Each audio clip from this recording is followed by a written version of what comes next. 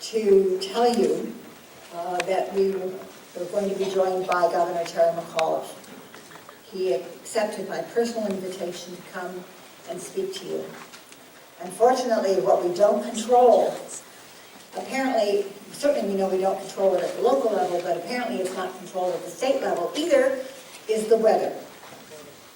Governor McAuliffe's plane has tried twice to land at the Homestead Airport. They have been waved off both times because of the fog. And so the governor has returned to Richmond. He will not be here with us this morning. We just got that information not 3 minutes ago. It is not safe for his plane to land. So while we appreciate very much the governor's willingness to be with us, and we had very much looked forward to it, I want to talk a little bit about what we were going to present to the governor this morning.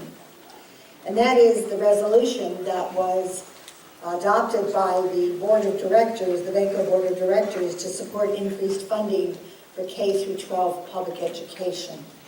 This is the overarching legislative priority for VACo this year, and you will learn more about that tomorrow when we have our general membership meeting where we adopt our legislative program.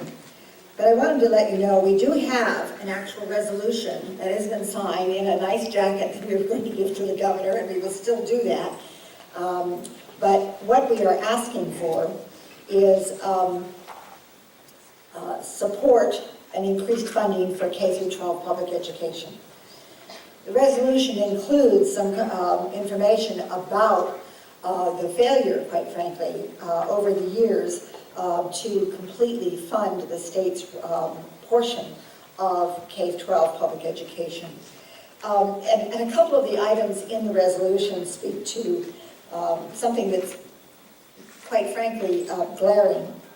According to a recent report by the JLARC, the Joint Legislative Audit and Review Commission, Virginia ranks 41st in the nation in per pupil funding, although Virginia is the 10th wealthiest state in the nation.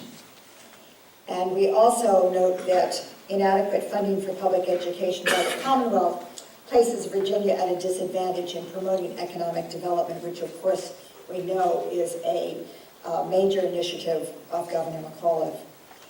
And so because we have received such overwhelming support for addressing this critical issue from counties across the Commonwealth, and we've heard that through the regional meetings, we've heard it here at the Homestead this year, and we've been actually hearing it all year long, we have resolved that to assure children in Virginia a quality education necessary for their success in the 21st century, the Virginia Association of Counties Board of Directors urges the governor and the General Assembly to fully fund the standards of quality and standards of accreditation as recommended by the Board of Education. And be it further resolved, and this is a very important piece, the VACo Board of Directors urges the Governor and General Assembly to work together to identify sources of funding to assure all children in Virginia, regardless of where they live, have the opportunity to benefit from the highest quality public education possible. And we are working with other organizations to do that, including the Virginia Municipal League. Last, I guess it was in October, I was asked to speak to the annual meeting of the Virginia Municipal League, which was the first time that a president of VACo had done that. And we, in return, have invited the president of the Virginia Municipal League and the mayor of the town of Blacksburg, Ron Boredom, to come to the podium and say a few words. At the meeting in October in Richmond with VML, I invited them to join us in our initiative to get K through 12 funding increased at the state level, and I think they were very pleased to hear that invitation, and we fully expect that we will be working together on this initiative. So, Mayor Warden?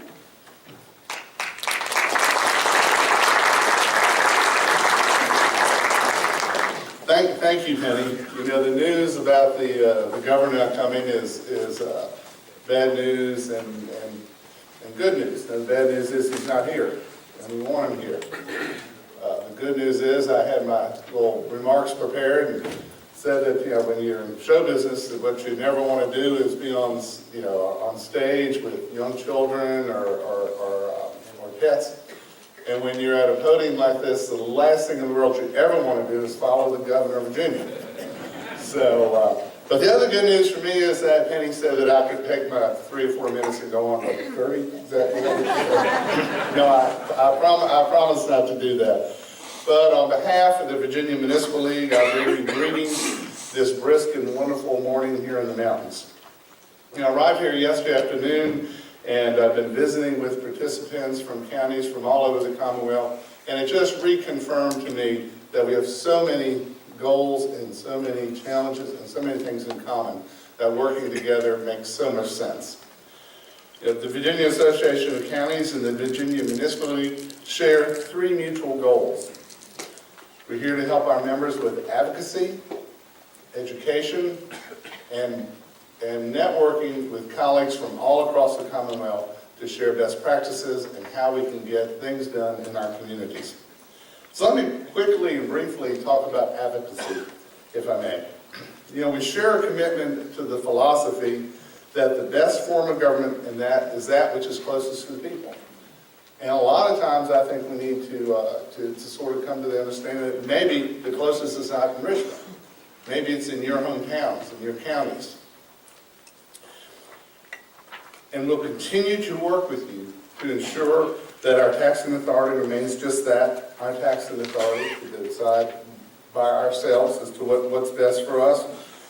We're the ones that have to answer our constituents' questions in the grocery store and should be able to say yes or no to revenue sources, including depot and merchant tools and capital. And we're the ones that know our localities best and should be the ones to make zoning and land use decisions. Because what the General Assembly thinks is good zoning practice for one region maybe doesn't necessarily translate to another region. And we all love to talk about the General Assembly. I mean, let's be honest, that's what we like to do. But I think what's so great about our organizations, is we look forward and we're trying to find solutions. And that really is one of the underlying things that we have in common. And I'm so excited to hear the focus that VACo is putting on K-12 education. It's so important.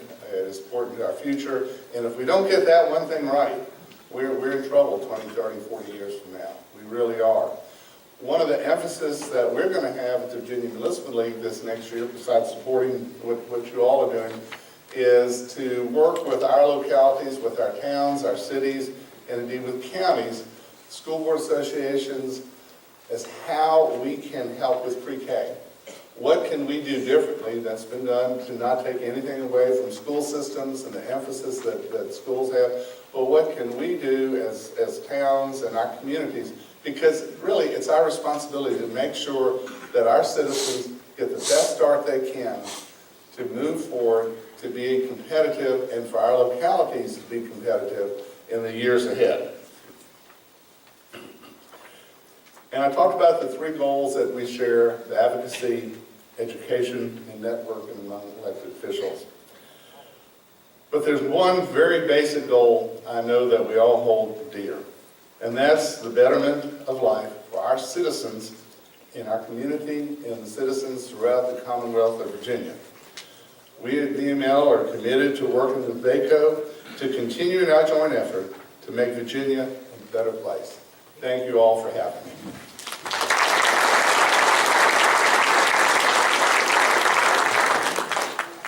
Thank you, Ron. VACo values our relationship with VML, and we hope our associations continue to work closely together for many years to come, including our K-12 public education funding initiative, which I suspect will be more than 1-year initiative. Our next speaker comes to us from El Paso County, which is one of 64 counties in Colorado. According to the 2014 census, I'm not ready yet. According to the 2014 census, El Paso County has a population of more than 663,000 people. The Honorable Sally Clark was elected NACO president on July 13th of this year and has been active in the National Association since 2005. You can always know Sally because she always wears a red jacket. I don't know, Sally, whether you have any other color in your wardrobe, but she always has a red jacket at any National Association of Counties meeting. President Clark's 2015 to 2016 Safe and Secure Counties Initiative is designed to enhance counties' capacity to protect public safety, support public health and human services, maintain roads and bridges, and build local economies. Please welcome NACO President Sally Clark.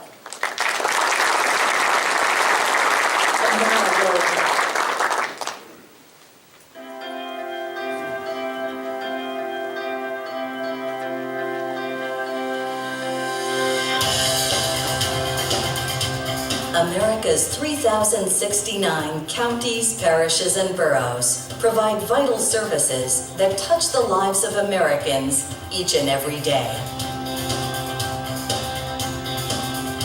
Counties are the building blocks of a healthy, safe, and vibrant America. Celebrating its 80th year, NACO helps our county leaders improve the quality of life for local residents. We work together to amplify our voice in Washington. Our efforts on Capitol Hill are increasingly recognized. By standing together, our voice is being heard, resulting in key wins and major progress for county governments and our communities. Through NACO, county leaders participated in 24 Capitol Hill hearings, briefings, and press conferences. More than 50 national policy committees benefit from the insight of county leaders, covering the full spectrum of domestic policy issues. NACO helped counties retain critical funding for the payments in lieu of taxes and the Secure Rural Schools programs. We engaged the White House, Congress, and the EPA to reform the proposed Waters of the U.S. rule, advocated for the Marketplace Fairness Act, and worked to protect the tax-exempt status of municipal bonds. Transportation is always a top issue for counties. This is a practical issue about our economy and our ability to move forward. NACO worked tirelessly to fix the Highway Trust Fund and pass the Surface Transportation Reauthorization Bill, known as MAP 21. We provided county leaders with tools and resources to make our case to Congress. This year, we also launched Stepping Up, a national initiative to reduce the number of people with mental illnesses in county jails. 50% of the individuals that come through our jails have some type of mental health disability. People with mental illness, a jail is not a good setting for that type of a treatment. NACO supports county leaders with research and training on a wide range of topics. Our conferences brought together more than 3,000 of our county officials to exchange ideas and learn from experts. Through the U.S. Communities Cooperative Purchasing Alliance, local governments saved more than $150 million in 2014. Counties also benefit from NACO's Deferred Compensation Program with Nationwide, which is celebrating its 35th year of helping county employees prepare for retirement. County residents can save on dental care and prescriptions with NACO's revamped Live Healthy U.S. Counties program.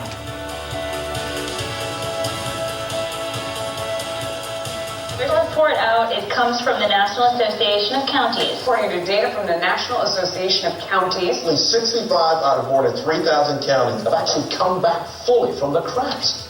Counties matter. The way we talk about our counties matters too. That's why NACO invests in new ways to communicate with the public and policymakers. We built County Explorer to tap into over 700 data points and create county profiles that explain the issues that matter most. We've rebranded and redesigned our website to allow us to reach a wider audience. We've had many successes in the last year and asked for your help in facing the challenges ahead. Together, we can build stronger counties for a stronger America.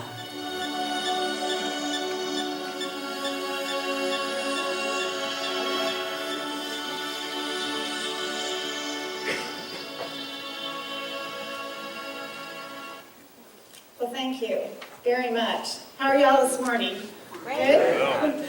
Sorry I'm not the governor. Maybe that truly is. I am sorry I'm not the governor, but I live in Colorado, so that wouldn't work. I wanted to, first of all, thank you very much for inviting me to be here at this beautiful place. My state's a little bit younger. As I look around the room and I see all the flags, we became essentially a county in El Paso County, Colorado in 1861. So that kind of gives you an indication, and I think that was when Kansas kicked us out. We became a territory under Colorado instead of Kansas.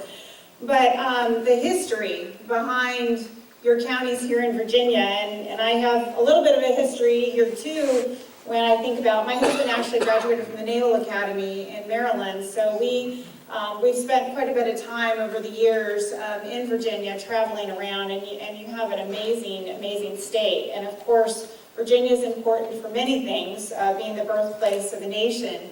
In addition to our establishing our government and our sense of how it all works from the local level. And I wanted to say, Mayor, thanks for your comment about government being closest to the people in local government. Because when they're upset about something, they can't necessarily just run up to the state, or they don't call the White House. Maybe they do, but they can't get the response. And so they can come to our public meetings and talk in open comment and talk to us about what their issues are. And sometimes we can help them solve those issues, and sometimes we can't always help them solve it. But they look to us to find a common ground and to get at least somebody to talk to. And counties are really at the basic level of that. Here, Arlington County was originally part of the 10-mile square parcel of land that was surveyed in 1791 to be part of Washington, D.C. And the U.S. Congress returned that portion of the land to the Commonwealth of Virginia following a referendum among its citizens. And so it's again, I look back at the history of what is here in the state of Virginia. 8 United States presidents were born in Virginia, and 6 presidents' wives were born in Virginia. I'm not sure any were born in Colorado, but we do know that Teddy Roosevelt visited a number of times to check out our beautiful mountains. And as I drove up here yesterday, people said, oh, I hope you weren't worried about the roads. And I'm like, roads? You guys, in Colorado, when you drive on mountain roads, you worry about looking off and going into oblivion if you miss the turn. So for me, it wasn't too bad.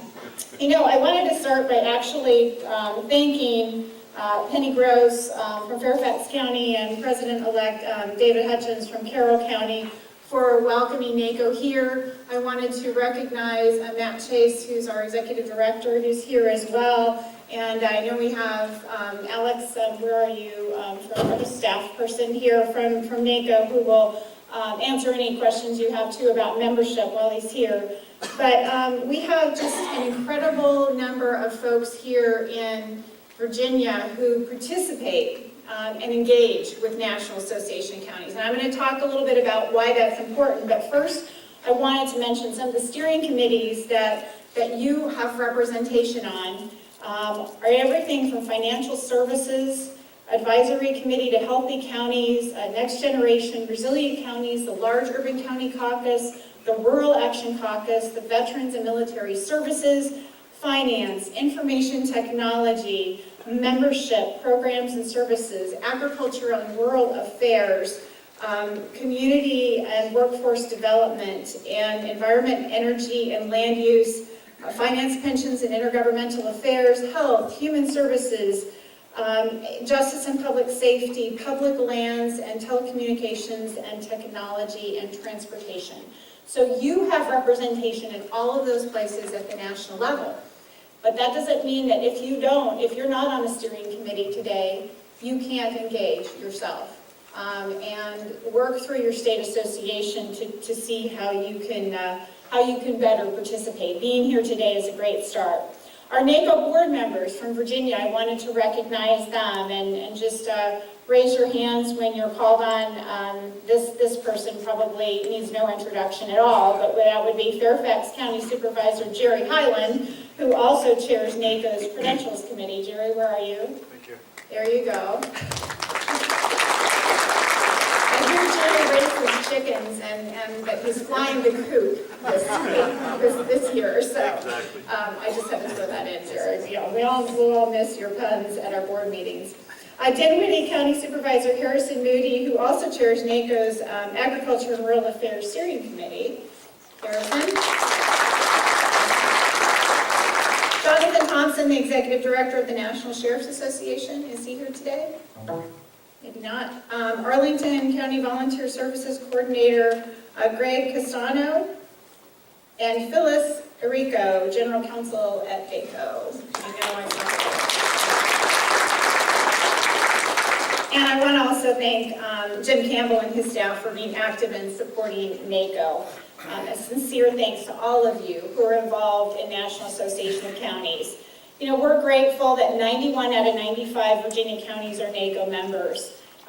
You help to make our voice stronger in Washington, but we also, there's an opportunity for those four that are not members to join. And I'm going to talk a little bit about why that's important. And we've heard that phrase many times, if you're not at the table, you're on the menu. And we know that that's important both at the national and state level. I hear what you're dealing with education. That's your #1 priority for your state this year. But there's a lot of other issues that we really are working on every day. And if you think nothing's happening much in Washington, D.C. and everything's at a standstill, that's just not true. There are lots of things that are happening from a rules and policy process that can happen without an act of Congress. And I think that is one of the things I want to address and talk about a little bit. Those counties are facing major threats in many ways, as well as potential opportunities. And the challenges we face with state legislatures often start in Washington, D.C.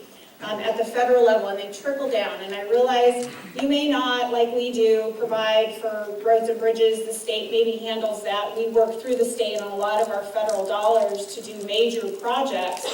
But what I will say is that it still impacts you. Because when there's a pothole on the road, who are they going to look to? Even if you can't solve it, those constituents are going to come to you and say, fix those darn potholes. And while the state may actually do that maintenance, it matters to your local constituents. So we need a stronger two-tiered advocacy strategy of fighting and sticking together on matters of importance. The federal regulations and unfunded mandates like Waters of the U.S., how many have heard about that? Yes. Lots of us are really worried about that from not only a governmental standpoint, but from private property owners, ranchers, farmers, agriculture, who will be impacted by the Waters rule. We all want to protect water resources, but the EPA rule expands the federal overreach, and it creates confusion, costs, and delays for counties. And NACO's been at the table. We've had folks, as you saw in the video, testifying on the Hill, talking about how important this is. And we missed the vote by about, I think it was 2 votes this last week in the Senate, by keeping the majority so that it was not able to be vetoed, essentially. And so just 2 votes made a difference so that we weren't quite successful. But we are making a difference, and many states have joined the injunction against the EPA from putting forward those rules, that rule, which will impact us. So more on that to come.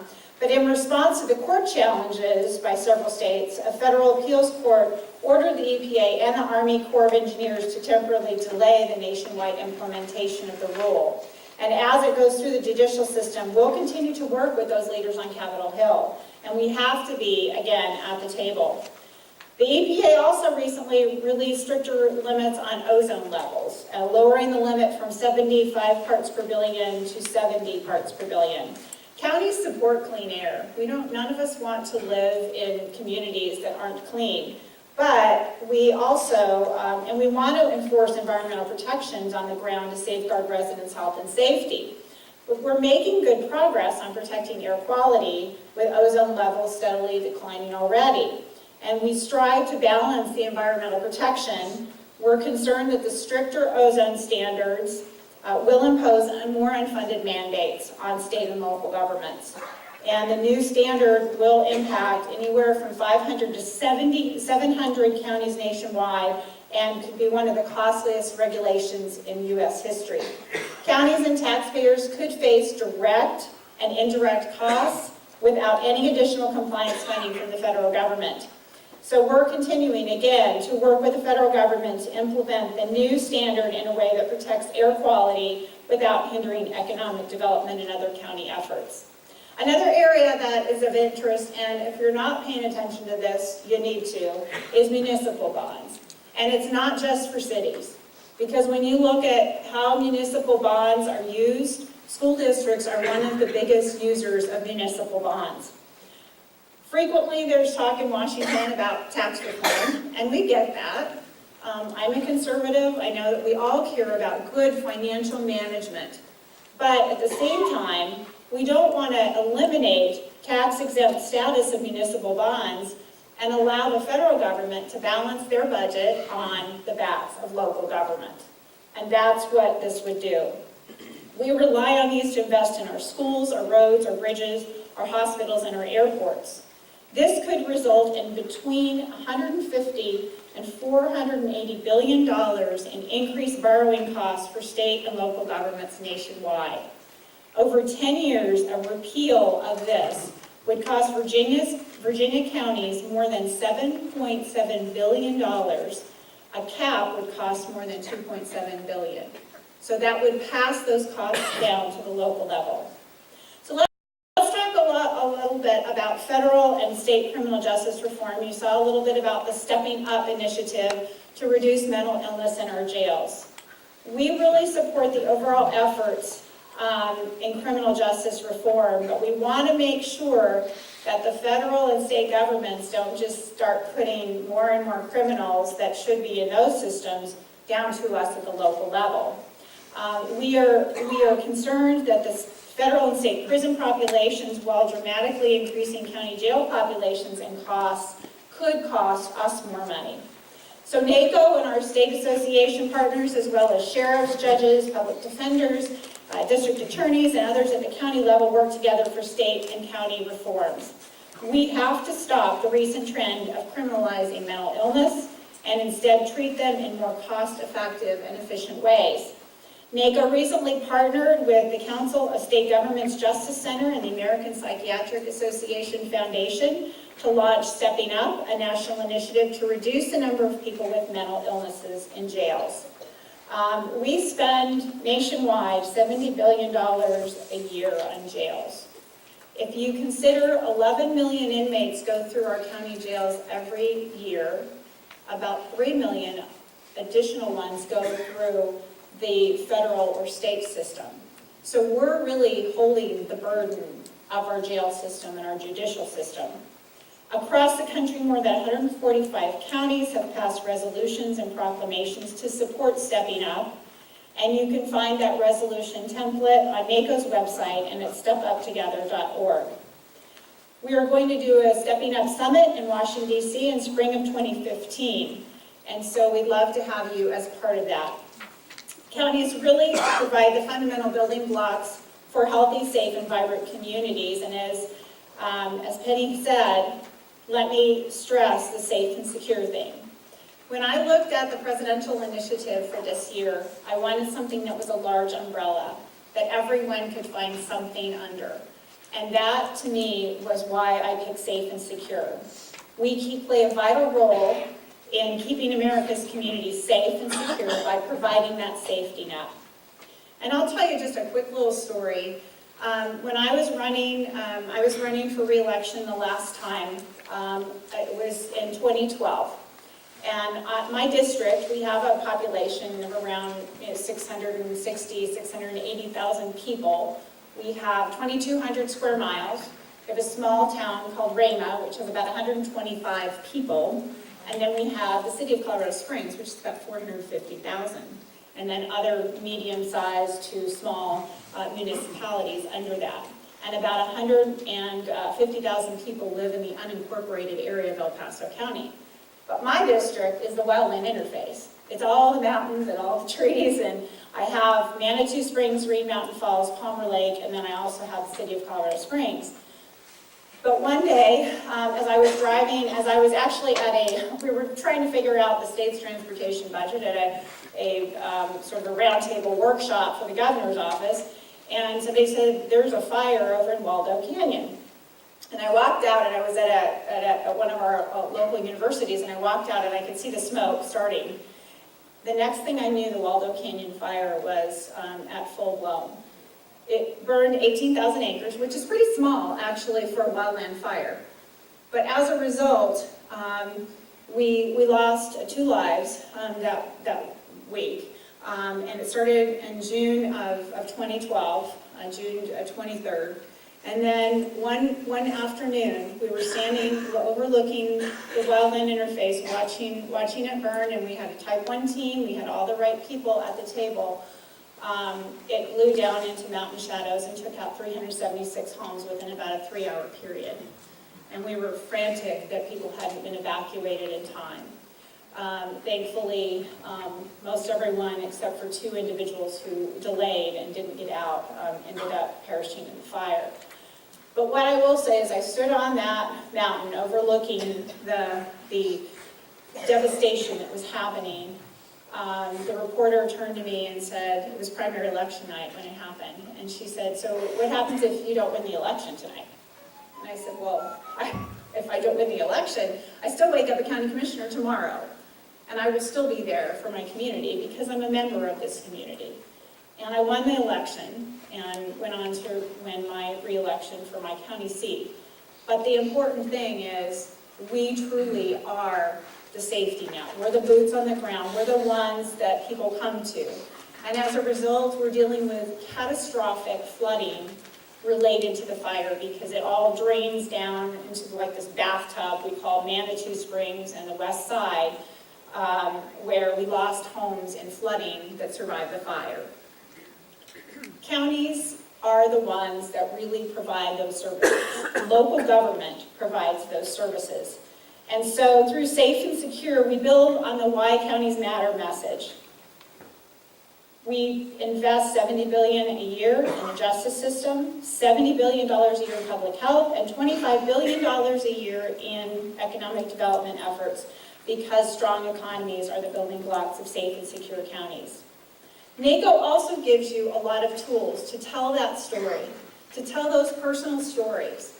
When I was in West Virginia, and this was right after they had had a chemical spill, do you remember that?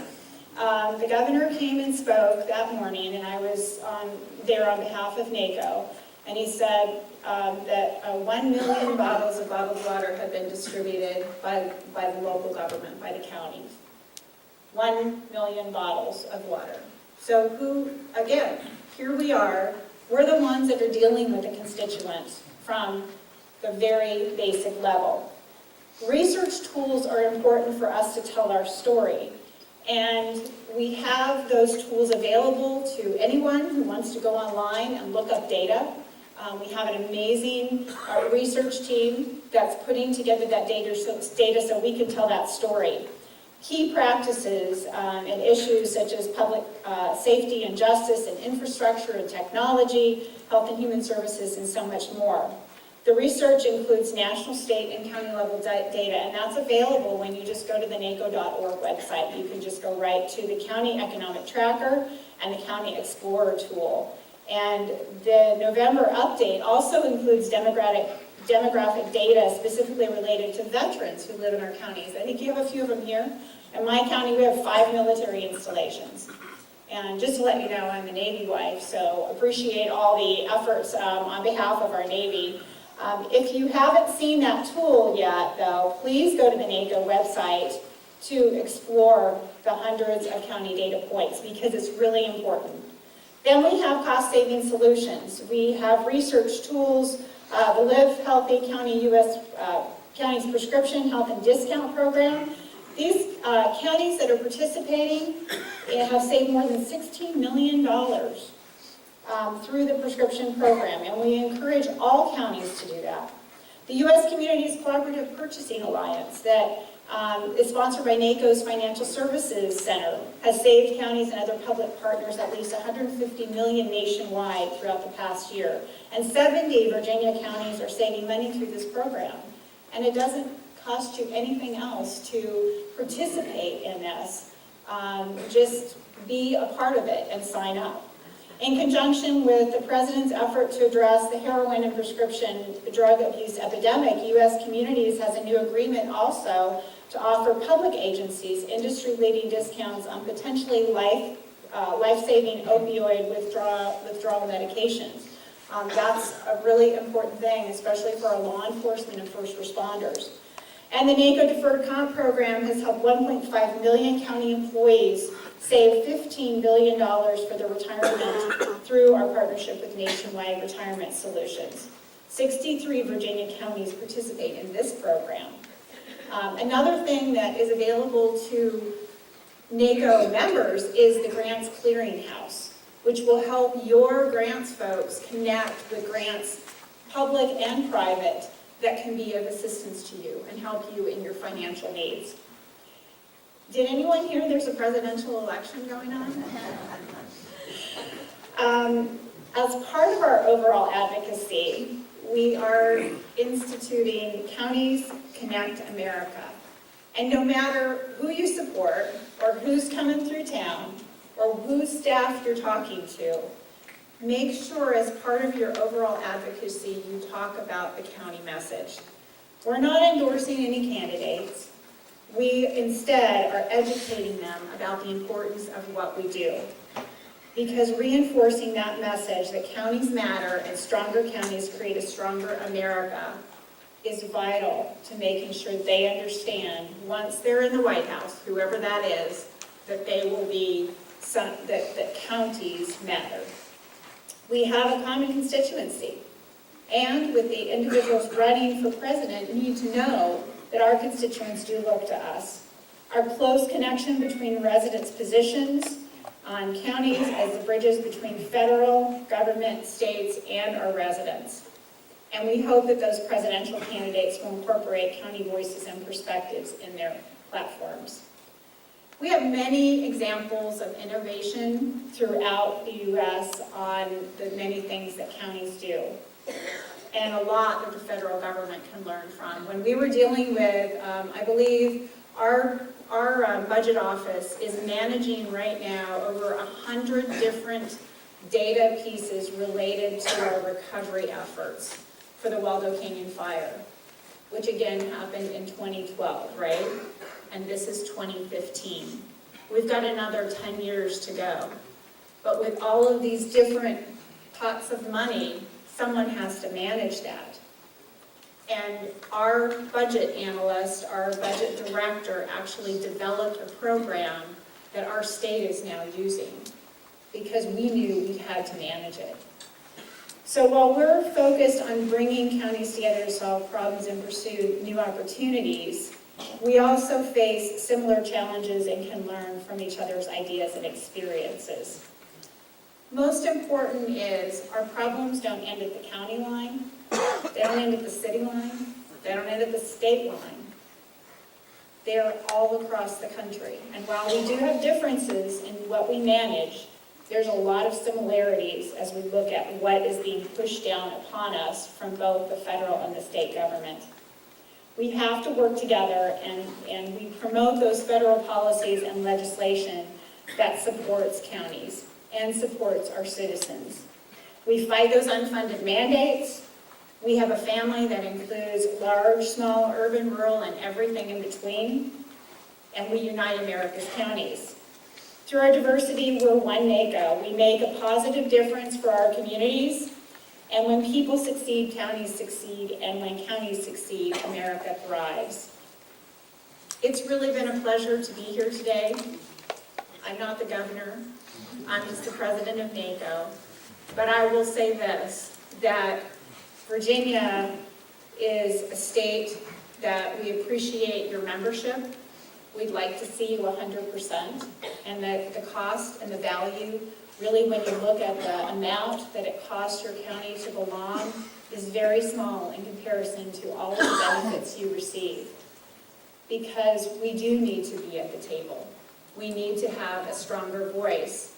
And nationwide, when we put all of those 3,069 counties together, and all of those elected officials who are experts in their own communities, that makes us stronger when we're able to testify on Capitol Hill and tell the local story. Thank you for allowing me to be here today, and I really would hope that you would think about joining NACO if you're not a member, and those of you that are members, thank you for your continued support, because we really do have a stronger voice when we work together. Thank you.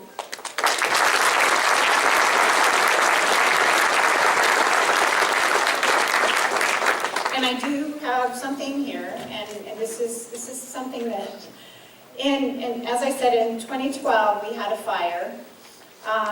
This stands for Waldo Canyon. This is a block of wood that came from the burn scar, and a friend of mine actually makes furniture out of burned trees. But he made these for me, and I want you to look at this. When I was elected, I have the date of the Mountain Shadows Fire, which was June 26, 2012, as I was running for re-election. And then I was elected after that in 2013 as your second vice president.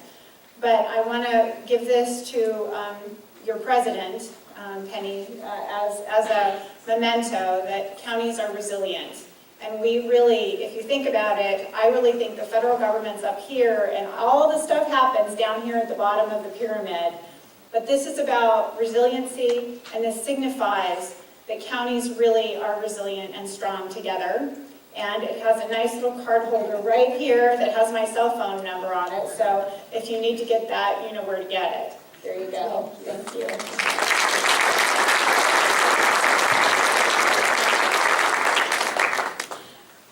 Thank you, Sally. As a native Westerner, born and raised in Oregon, I appreciate the things you were telling us about Colorado and the forest fires, the incredible things that are happening there now, and the mountain roads.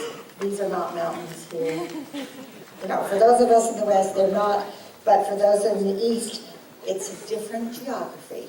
And how wonderful it is that we have the geography all over the country. You can see different things in different parts of the nation, and I'm sure in your role as president, you are seeing all of that.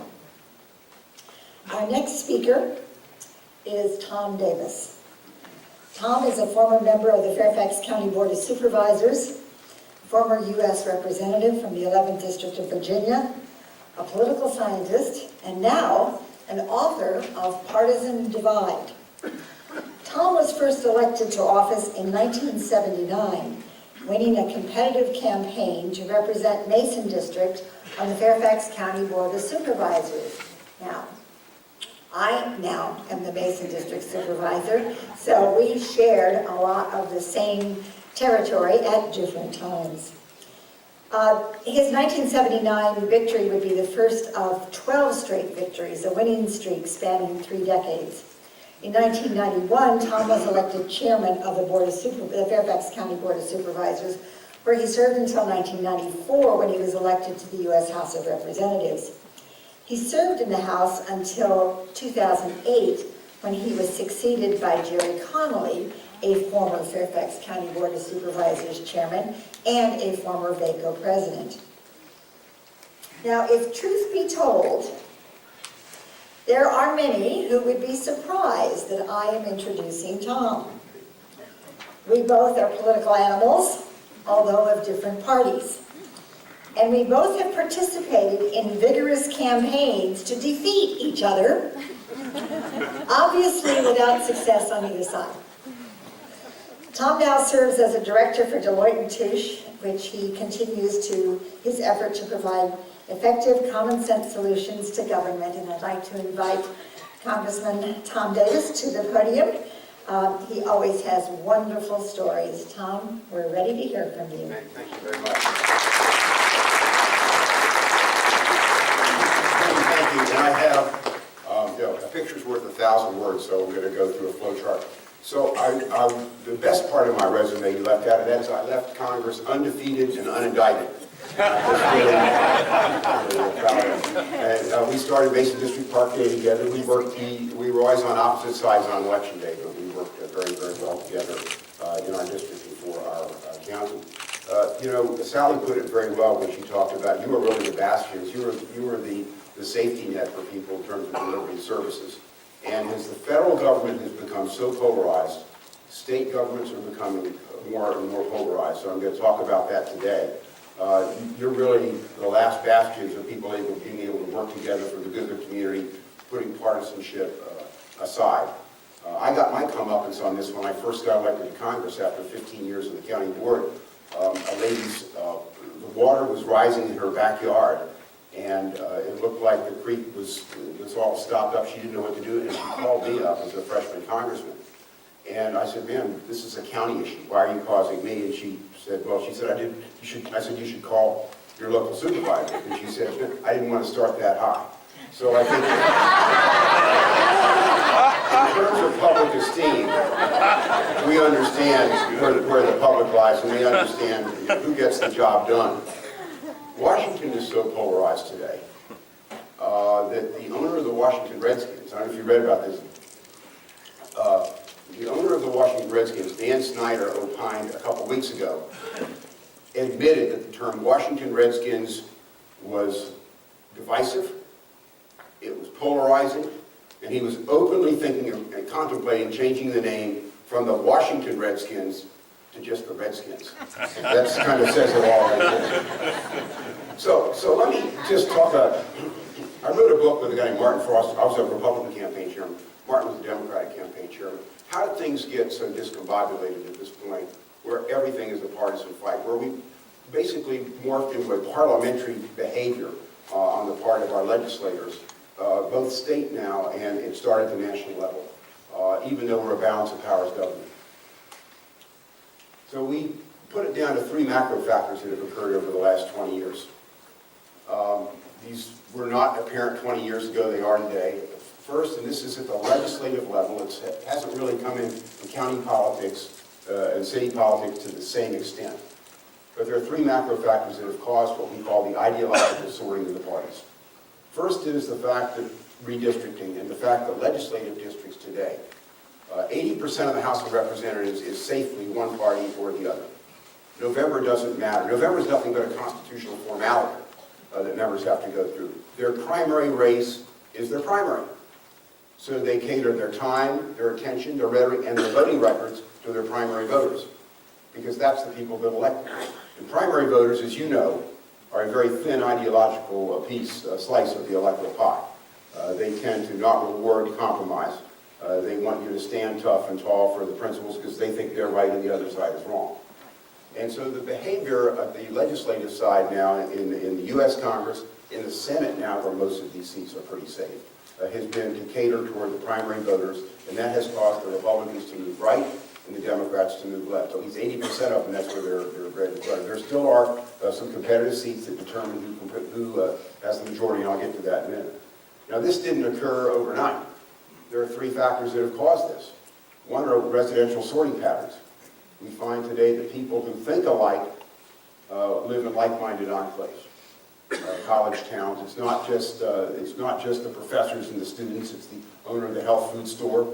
It's the slackers. It's the people who just move in there and like to live near people who think like they do. We find the same in rural areas and cities. There's a book on this by Bill Bishop called The Big Sort, where he talks about demographically over the last 25 years, Americans now like to live in like-minded enclave.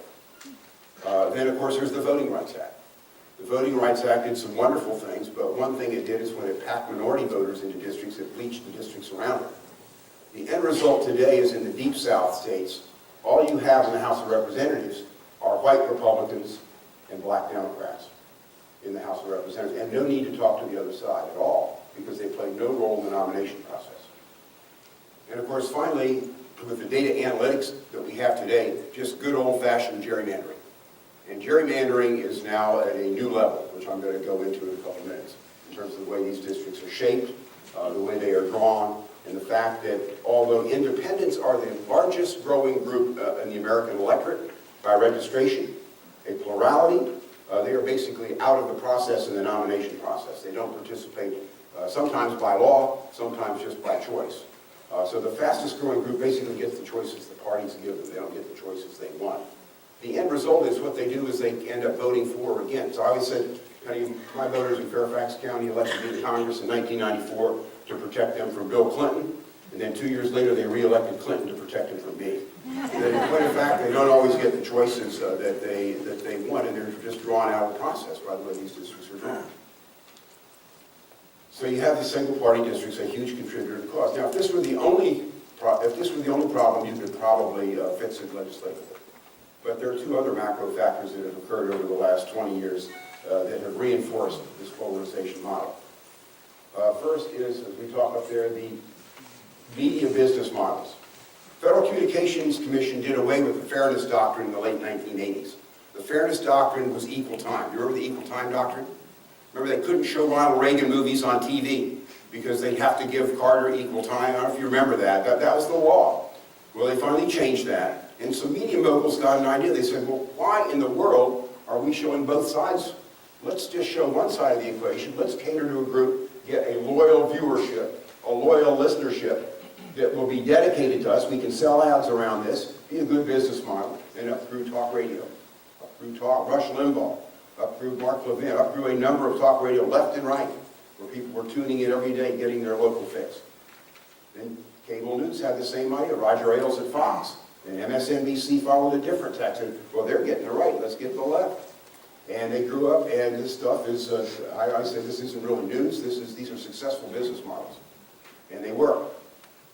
And then finally, on top of this, the internet, where over half of Americans get their news from the internet. Well, folks, you know the crowd to content ratio on the internet is exceptionally high. There's no filters on this stuff coming up from the internet. This stuff gets forwarded around. People read it as truth. Members of Congress go out to their constituents and start telling them what the Congressional Budget Office is. They say, oh, no, you're wrong. You know, I got this on the internet. It says something different. I'll tell you, I got Barack Obama's birth certificate over the internet from Kenya. It looked absolutely real, unassailable, until somebody else sent me his birth certificate from Indonesia that looked just the same way. This stuff, this is how people are getting their news, though.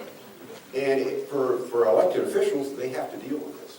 It makes it very, very difficult trying to resort facts and figures from what I would say unbiased sources, given the stuff that people are receiving and it's getting forwarded around.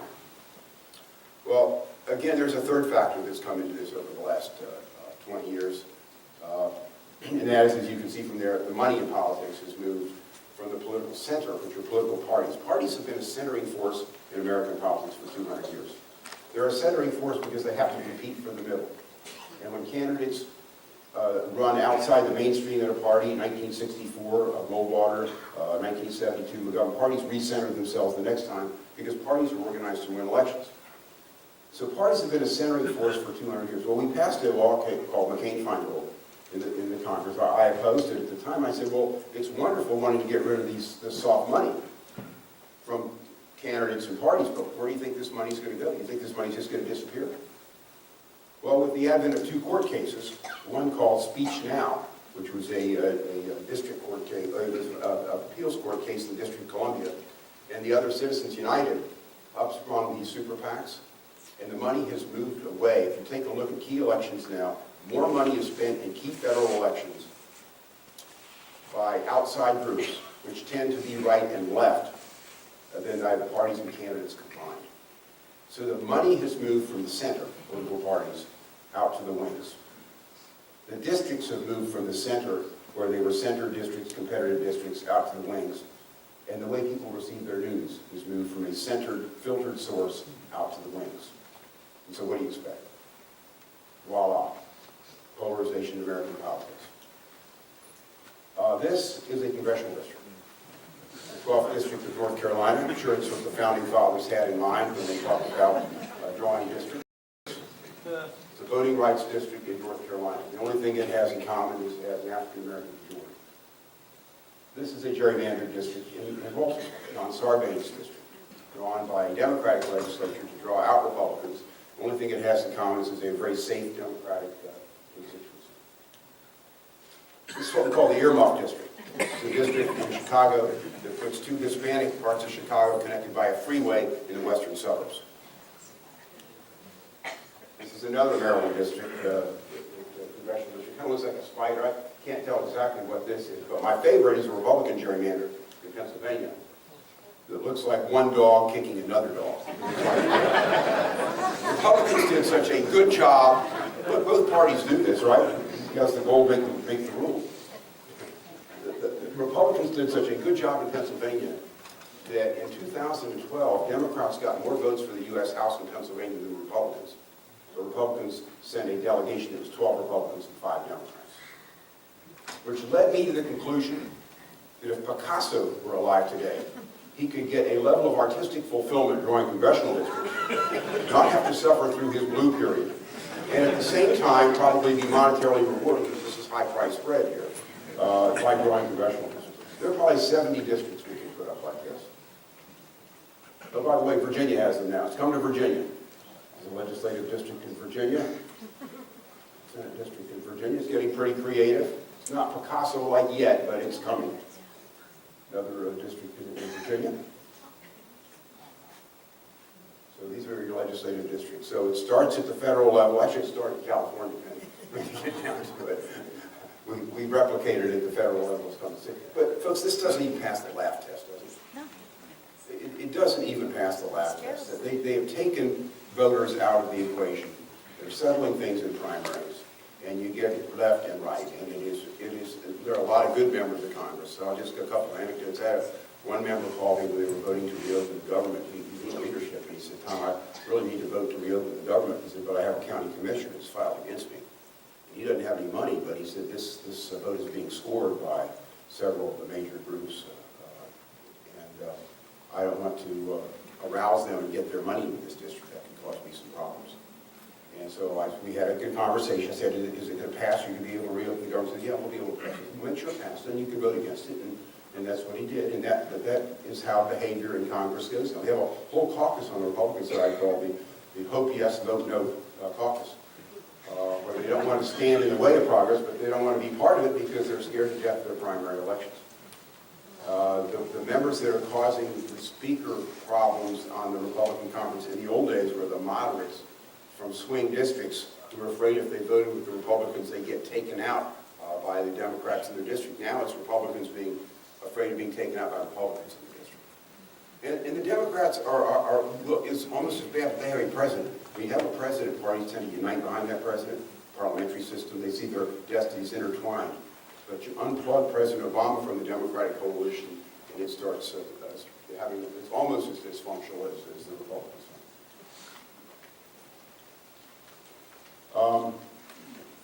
This is in the state Senate, as you can see, 30% of the state Senate districts were within 20 points. 70% of districts weren't even within 20 points. Absolutely safe. Really, you only had a couple of state Senate elections that boiled down on election day. People were watching for control of the Senate, and millions of dollars walked into that. I know out in Prince William County, the Democrats spent $3 million on a state Senate seat, which caused my wife to say, "Tom, it costs a lot of money now just to lose." But there's a couple million on the side. House of Delegates, the same thing. Only 12 of 100 districts were within 20 points on election day. So Virginia has a very, you know this, a very great gerrymandered legislature as well. Over the last 20 years, we've also seen the party bases change. I could throw, this is a Pew survey that goes back 20 years. But basically, 20 years ago, the division on regulation was not nearly what it is today. It's true with social issues. It's true with everything else. Here's the one on stricter environmental laws and regulations cost too many jobs. 35-point difference between the parties. It's only 10 points 20 years ago. So because of the media, because of the way people receive their information, the way they're aligning now, the party bases are very, very different. If you're in a room with Republicans, the conversation is very different than if you're in a room with Democrats. Just completely different feelings on issues, make it hard to compromise. And this is a survey, again, from the American National Election Service that goes over almost 40 years. What this shows is 30 years ago, 35% of Americans had positive feelings about both parties. Today, only 7% have positive feelings about both parties. 65% think their party is right and the other party is wrong. So 2/3 of Americans think their party's right, the other party's wrong. The other third are basically independents or people who don't have the same feelings. But what this tells me is Republicans may not agree on everything, but they agree on one thing, and that is they don't like Democrats. Democrats may not agree on everything, but they know they don't like Republicans. I see my friend John Weisted out from Arlington, who ran as an independent. Our Republican brand is in the trash can in some of these urban areas, but running the views not necessarily, but the party branding. And so as a result of that, we just see a real polarization that we've never seen before. Another habit we see in legislative elections, does not apply to you all, but in legislative elections, we're seeing less ticket splitting than any time in the last 100 years. People, it used to be you voted the person. My mom used to say, we vote for the man, we vote for the person. No longer. Politics is no longer local, it's national. It used to be you voted for the name on the back of the jersey. Now people vote for the color of the jersey. This illustrates it from the last election. The top were the 2014 Senate races, Democrats that were up for re-election in the U.S. Senate. This is to the right, the stronger the Romney percentage. To the left, the stronger the Obama percentage in the presidential race 2 years preceding. Where Romney performed well, the Republicans swept it. Even brand names like Pryor and Landry that have been around for generations defeated. People wanting a Republican Senate. It happens straight down the line, by the numbers, until you get to Virginia, where Mark Warner ekes out a win. A lot of pundits on election night shocked that the race was so close. As I explained to them, Mark, they like you just fine. They just want a Republican Senate. And they're voting in a parliamentary manner. And then after the Virginia race, we had, we moved over in Iowa and Colorado, so even more Democratic than Virginia, at least by presidential candidates. So people no longer vote the person, they're voting the party in legislative races.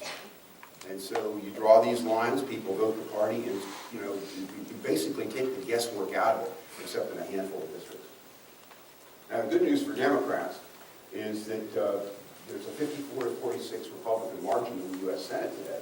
But you've got Senate. This is on the right hand these are Republicans up for re-election. Republicans have far more members up for re-election this next time than Democrats in the Senate, the way the cycle looks, because 2010 was a huge year for Republicans. Biggest off year for Republicans since 1938. So the Democrats that survived that year, as you can see, were up there with these are the Obama percentages.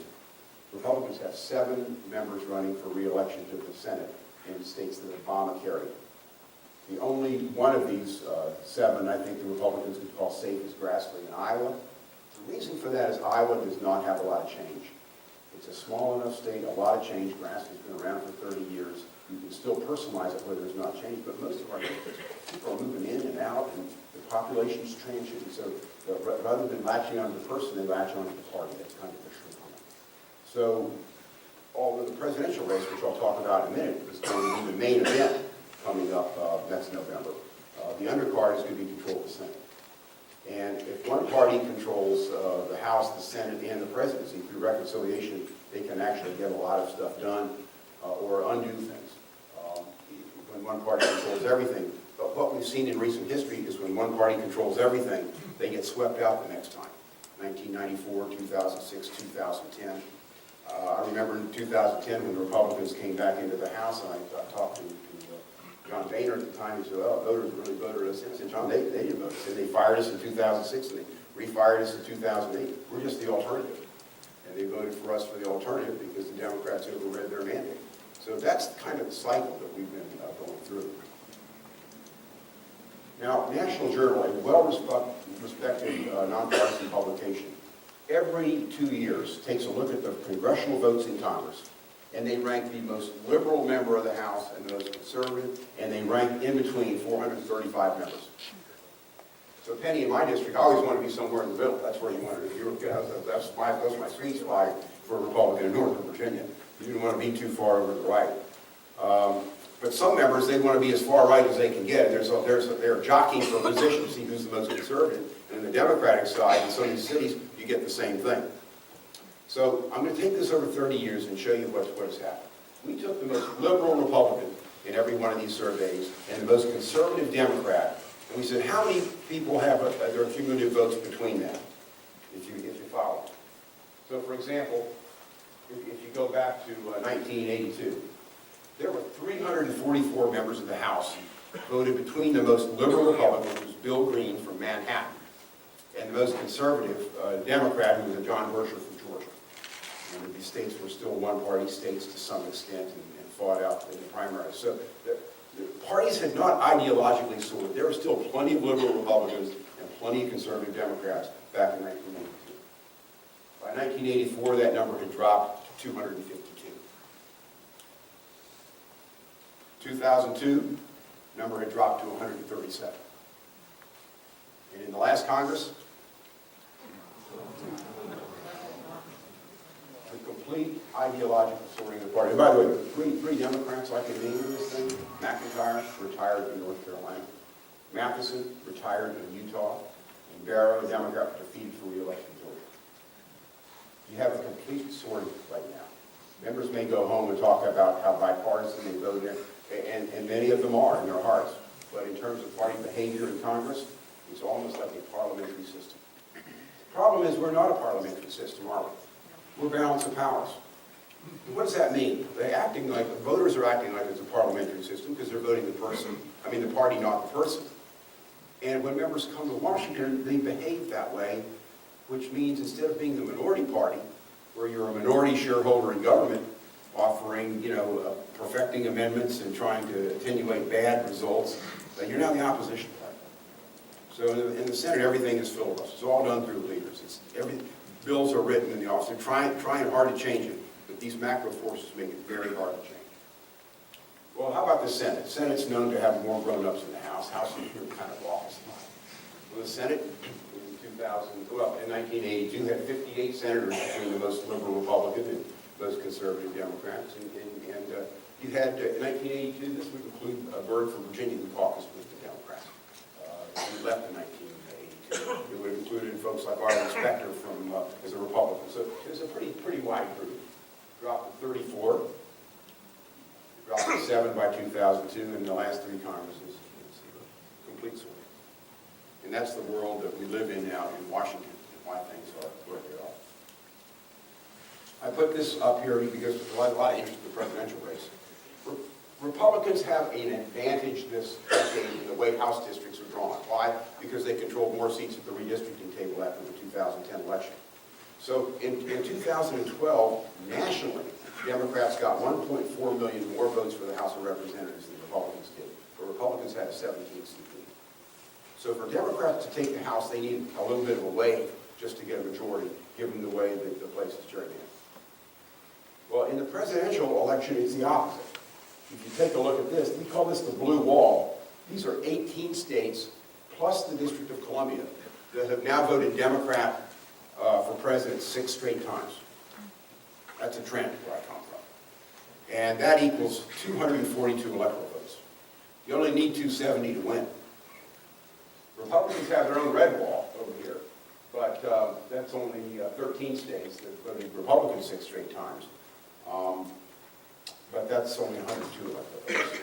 So Democrats start off with the advantage if the past is any guide in the electoral college. And for Republicans, it goes right through Ohio and Florida. These are must-win states. Democrats stop the Republicans there. It becomes almost impossible to win unless you can flip one of these states that has shown a consistent mode of voting for Democrat.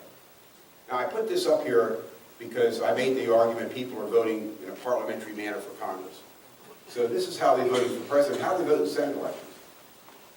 Look at the blue wall. 32 Democrats, 4 Republicans.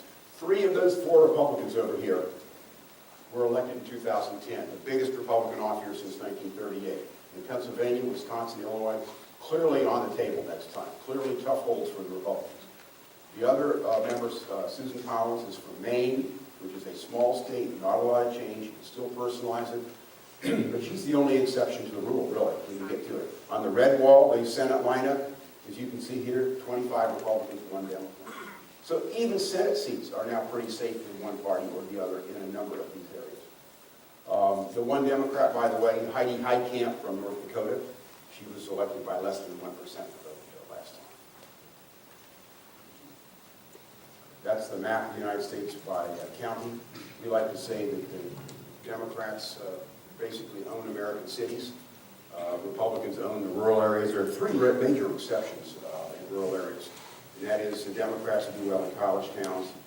They do well in majority minority counties like Charles City County here, Greenville, areas, Indian, Hispanic, majority, rural counties, Democrats carry.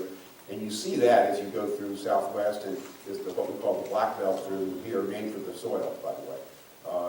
The areas with African-American majorities, which were part of the old plantation population, staying strong for Obama. But everywhere else, Appalachia having flipped, and you see in this next chart, this is the green are the counties Bill Clinton carried in 1996 that Barack Obama lost last time. You're seeing a transformation of rural America as it moves more conservative and more Republican. And yet Obama did better. It doesn't look like it from the map, but Obama performed better in 2012 than Clinton did in 96. Because urban America, Republican cities like Indianapolis, San Diego, Dallas, Texas, all producing 100,000 vote Democratic majorities now that were voting Republican just a decade and a half ago. We have seen this whole transformation. I talked about the rural areas, college town, majority minority counties. I didn't mention Grenobleville. That's Aspen, Vale, Sun Valley, Idaho. Some of these arts places heavily Democratic as well, even though they're rural areas.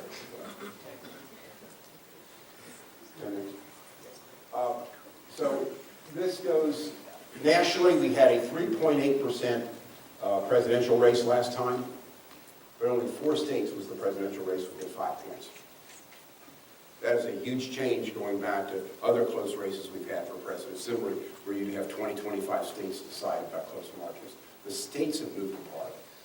Fortunately for TV advertisers in Virginia, Virginia was one of those states. So next year, should the Nationals make the World Series, which I'm hopeful, you'll probably see more Hillary Clinton than Bryce Harper on the ad because of the ads that will be run here, because Virginia is just a key swing state. 1 of 4 last time with the presidential race was within 5 points. 84% of the TV dollars last time was spent in 7 states. We no longer have national presidential races. These are 8 or 9 state races. And if you're in those states, you're valuable, you're important. You can get high up in a campaign, maybe get a job when you come out, if your candidate's successful. If you're in some of these other states, you're just less relevant except for purposes of raising money and of course, the nomination.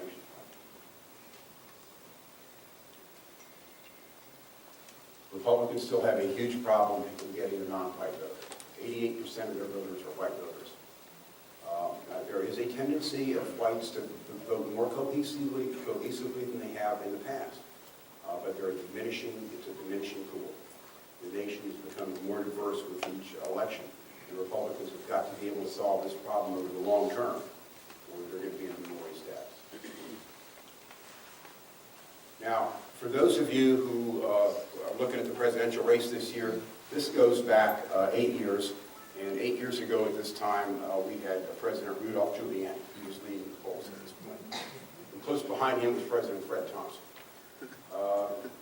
This race has not engaged yet. It's going to go 100 different directions between now and Iowa and New Hampshire and the other ones. So, you know, if you're for Donald Trump, maybe look good today or Carson, that doesn't mean they're going to be on top 2 months from now when these races really engage and the campaign starts spending the money in earnest. That was 8 years ago. 4 years ago, at this point, we had President Newt Gingrich leading the pack. Didn't last long. Democrats, it was President Hillary Clinton at this point 8 years ago. So this thing is going to change 100 times course, the cable media, every new poll that comes out, it's just a headline. So-and-so's ahead in the Rockies horse race. If you've ever run a marathon, I run 3 of them, you know, being ahead of the first 3 miles or first 4 miles doesn't mean anything. You've got to be in this for the long haul. The money's raised, the infrastructure is built, and the like. The electorate today, 44% are just outright angry. 28% are anxious, not particularly happy.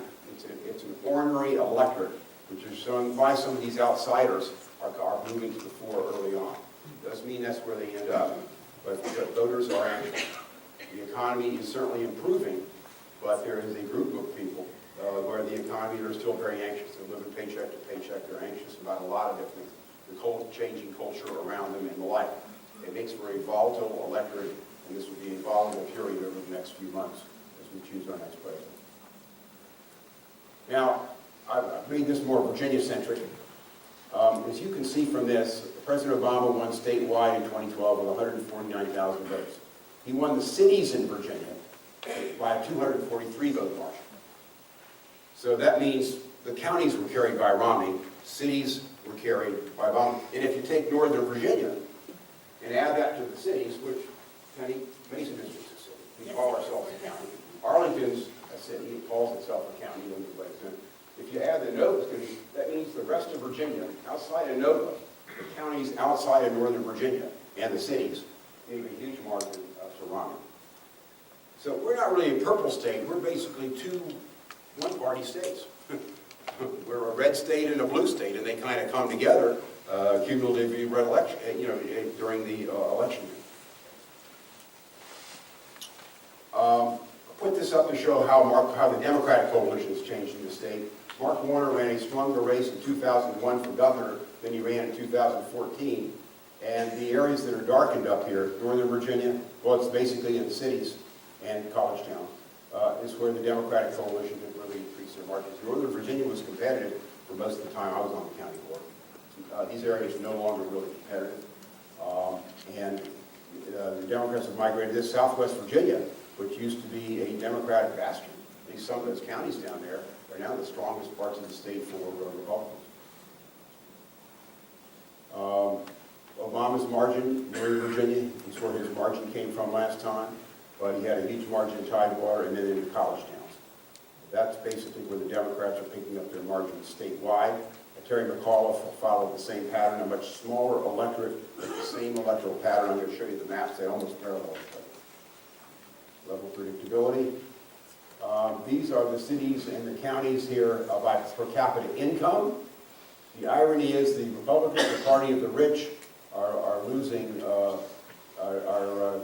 losing the wealthiest areas in the state. Romney lost all of these areas, and as did Cuccinelli. The bottom 5, the poorest counties in the state, the white majority counties went heavily for Romney. African American counties went heavily for Obama. Race being the determinant, not income, in terms of how people are voting in their lower economic status. Mark Warner, this is a tough one to see, but Mark Warner actually really outperformed Obama only in Southwest Virginia and a handful of rural counties. The coalition for the Democrats has moved basically into urban areas and college towns.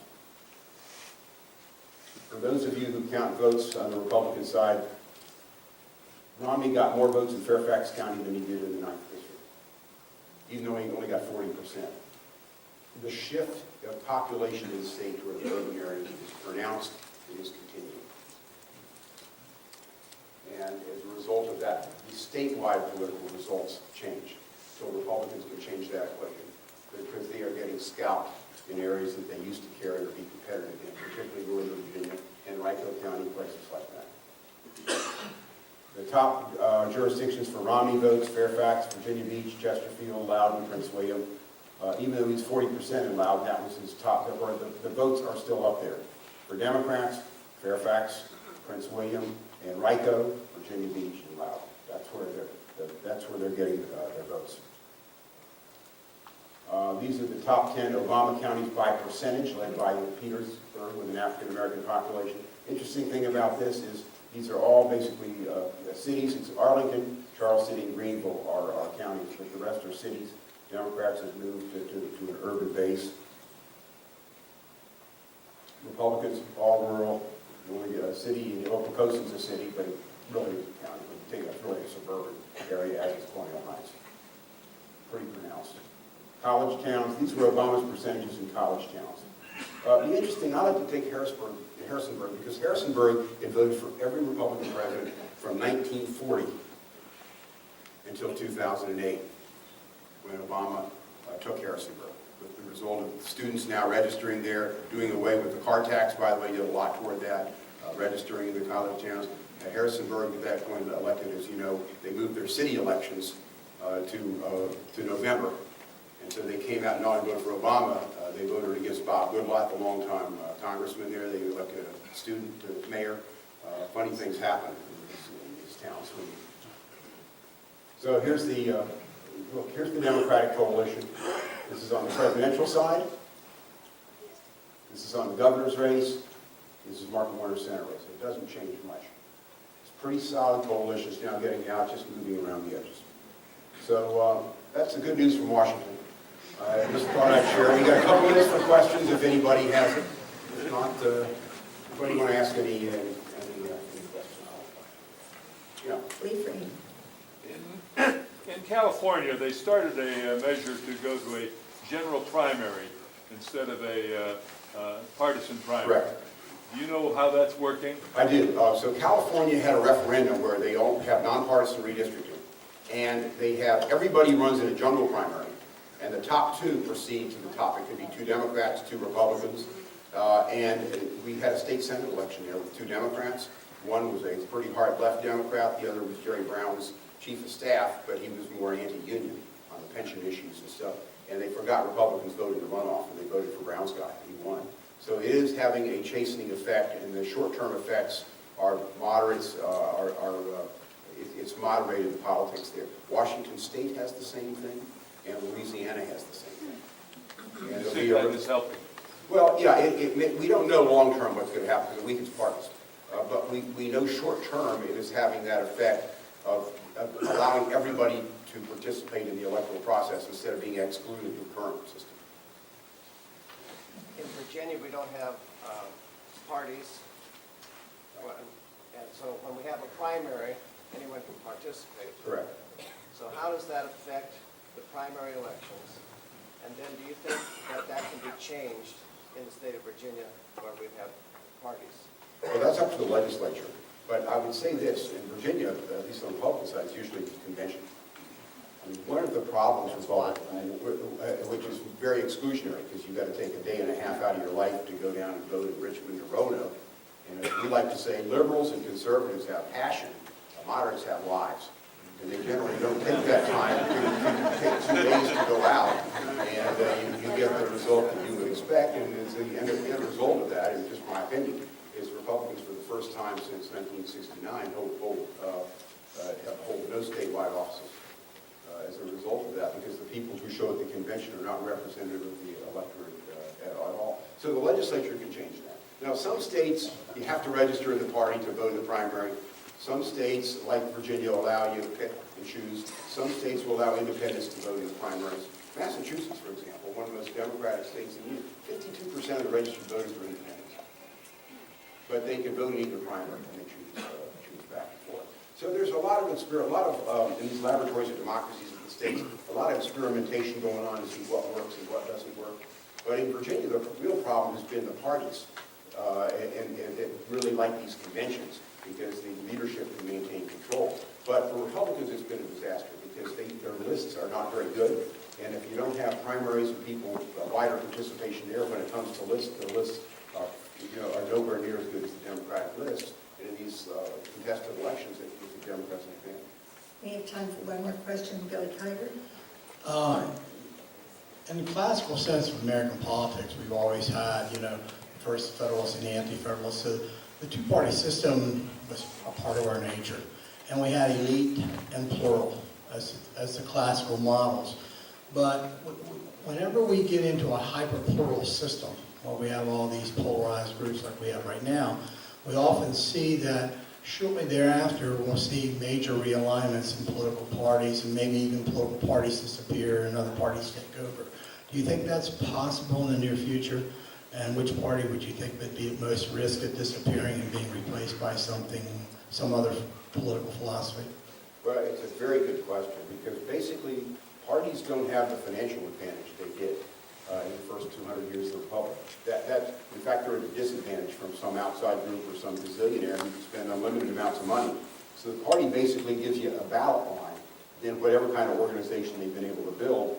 And with the transiency of the population, like it's pretty weak, and you don't have patronage and those kind of things anymore. So we have not yet figured out where this social media is going to take us in terms of campaigning. We're just at the beginning of that. The Obama campaign really knew how to use this, and the Kane campaign did not. Obama had a few other things going for him, like a 2-to-1 spending advantage, and being able to run against the Bush administration and the economic meltdown. So I think it's up in the air, but I think we're going to see some changes. I think to think it's static like this, given that poor outcomes that we're getting, I think is naive. And you see the polarization model, that one chart I put up in terms of how people feel. It will pop one way or the other. Our leadership will have a lot to do with that. Events will have a lot to do with that. But I think we are on the cusp of things breaking open again in a certain direction, because the direction we're going right now, on budget issues like this, it's just an airplane flying in the mouth. We all know this. These are unsustainable models. People not tackling tough issues, just kind of funding the line. So where it goes, I think, is a matter we could have a lengthy discussion about. Political scientists, we argue right now, is this an Obama-centric coalition or is it a Democratic-centric coalition? Because the 2 off years where President Obama hadn't been on the ballot, it's been disastrous for the Democrats. But when he's on the ballot, the turnout model has been just huge. So it's a good question. It's one that we'll continue to discuss, and I think unfold depending on the candidates nominated. Let me just say, And Tom, I have one more question for you before you. This is a softball question for you. You've written a book, Partisan Divide. Tell us, where is it available? Well, it's on Amazon. Amazon. I really feel cheap bringing my book and auction books. No, I asked. Okay, thanks. So it's The Partisan Divide, my co-author Martin Frost, and we have a third author, Rich Cohen, who's the editor of the Almanac of American Politics. It's really a pretty good read. We've got covered sheets by Bill Clinton and Jimmy Carter and Trent Lott, bipartisans. We're trying to explain these kind of things to the average person. It's an easy read, but it's available on Amazon, The Partisan Divide. And Penny, thank you very much. Okay, thanks.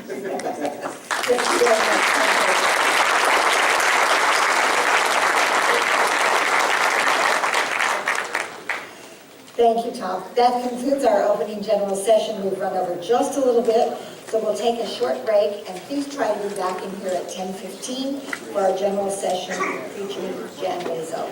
Thank you very much.